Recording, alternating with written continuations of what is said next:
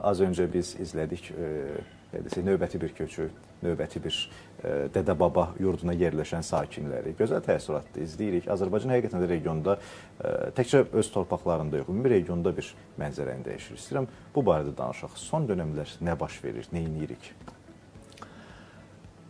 Haqlısınız. Əslində, xüsusilə son dönəmlər beynəlxalq siyasətdə vəziyyət ürəkaçan deyil. Və əslində bugünkü dünyamızda hansı bölgələrdə köhnə münaqişələr həllini tapıb, kimi sualın cavabını axtarsaq, müsbət cavab olmayacaq. Əksinə, yeniləri yaranıb, yeni təhdidlər, yeni çağırışlar və necə deyərlər, dünyada heç kim kitabını oxumur. Belə bir vəziyyətdir.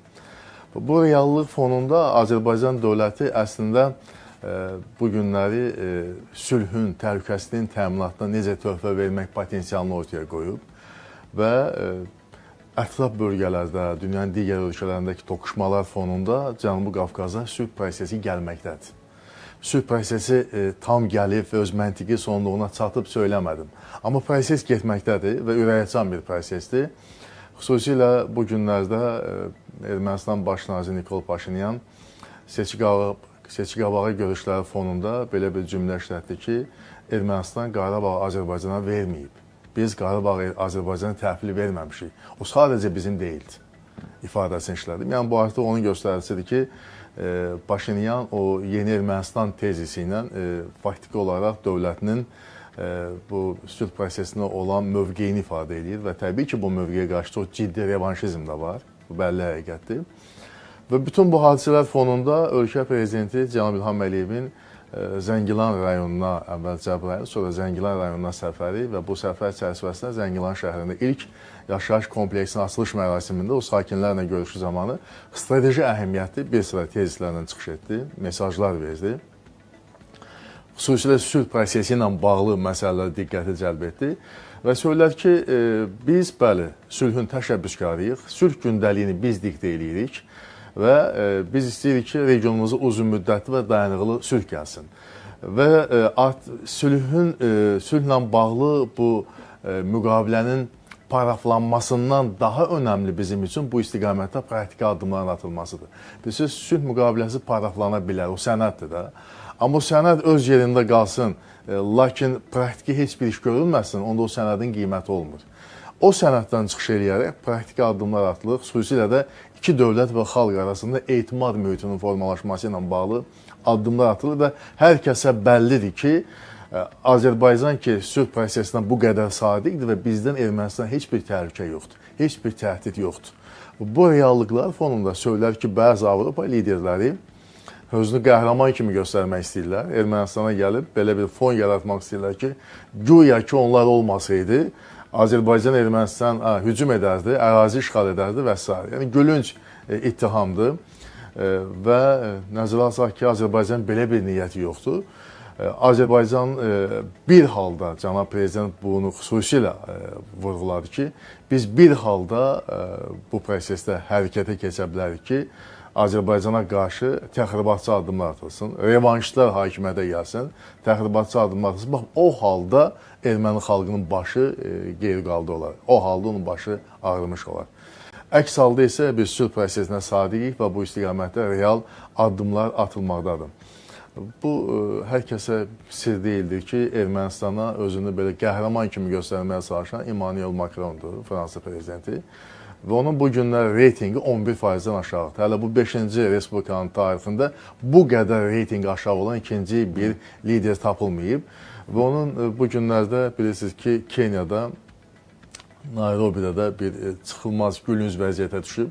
Onun olduğu, deməli, Afrika İrəli sammitində təsəvvür edin ki, o vəziyyət yaranıb ki, ağız deyəni qulağı eşitmir. Və bu halda Macron söz alıb və xahiş edib ki, biz siyasətdən, mədəniyyətdən danışırıq, amma heç kim bizə qulaq asmır və onun bu çıxışı da havada qalıb və heç kim ona qulaq asmır, hamı öz söhbətini eləyib və hətta biraz da irəli gedib, deyib, kimin danışmağa sözü şəxsi məsələlə müzakirə etmək istəyirsə, zalı tərk etsin və o da gülüşə səbəb olub və biabısı, rüsvayçı bir vəziyyətlə üz-üzə qalıb.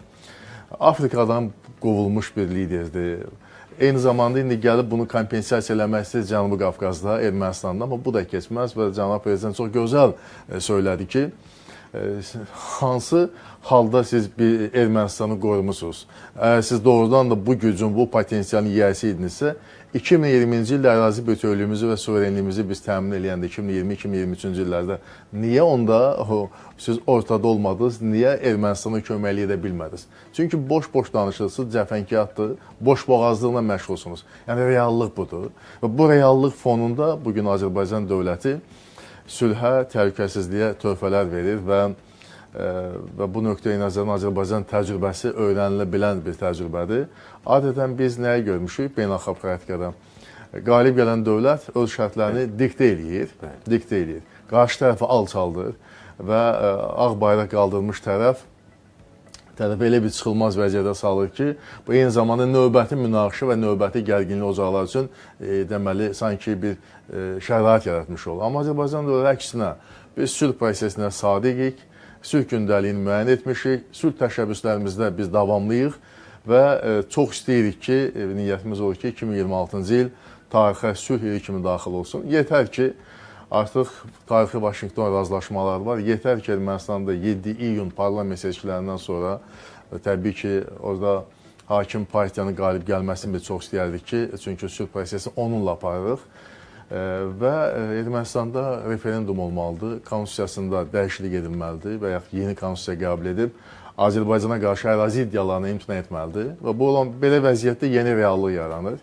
Amma seçkilərlə bağlı da vəziyyət belədir ki, Ermənistanda, yeri gəlmişdən bunu da söyləyeyim, hakim partiyanın reytingi təxminən 24,3%-dir. Ondan sonra da ikinci pillədə gələn güclü Ermənistan partiyası Karapetyanın, Samvel Karapetyanın, həm də Evdus dağda yeri gəlmişdən qeyd edeyim. Onun partiyasının təxminən 11%-dən biraz yuxarı hesab edilir.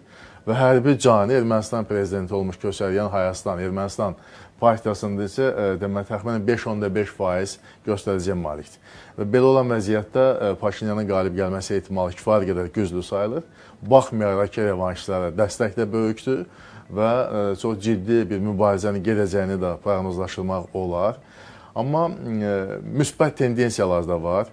Xüsusilə Ermənistan paytaxtında Avropa Siyasi Birliyinin sammitinin keçirilməsi, ilk dəfə tarixdə Avropa İttifaqı Ermənistan arasında deməli sammitin keçirilməsi, indi Birləşmiş Ştatlardan TRIP layihəsi müdafiə ilə bağlı Dövlət Departamenti və Birləşmiş Ştatların inkişaf və beynəlxalq inkişaf və deməli maliyyə korporasiyası nümayəndələrinin gəlişi, onların bu TRIP layihəsinin reallaşması istiqamətində görülən işlərə qiymət verilməsi, artıq 140 milyon dollar vəsait ilkin bu istiqamətdə ayrılıb, sonra dəmir yol, avtomobil yolu, sonra neft, qaz kəmərləri, kabel xətlər, bunların həmin istiqamətdə çəkiləcək. Bu işlərin vəziyyəti ilə bağlı bir texniki qiymətləndirmə və s. bu kimi proseslər getməkdədir. Yəni, bütün bunlar müsbət tendensiyalardır. Bütün bunlar onun göstəricisidir ki, sülh prosesinin məntiqi olaraq bu, indi dediyimiz yanaşmalar və proseslər də getməkdədir. Və bu nöqteyi nəzərdən bir inamla söyləmək olar ki, 2026-cı il tarixə bir sülh ili kimi daxil ola bilər.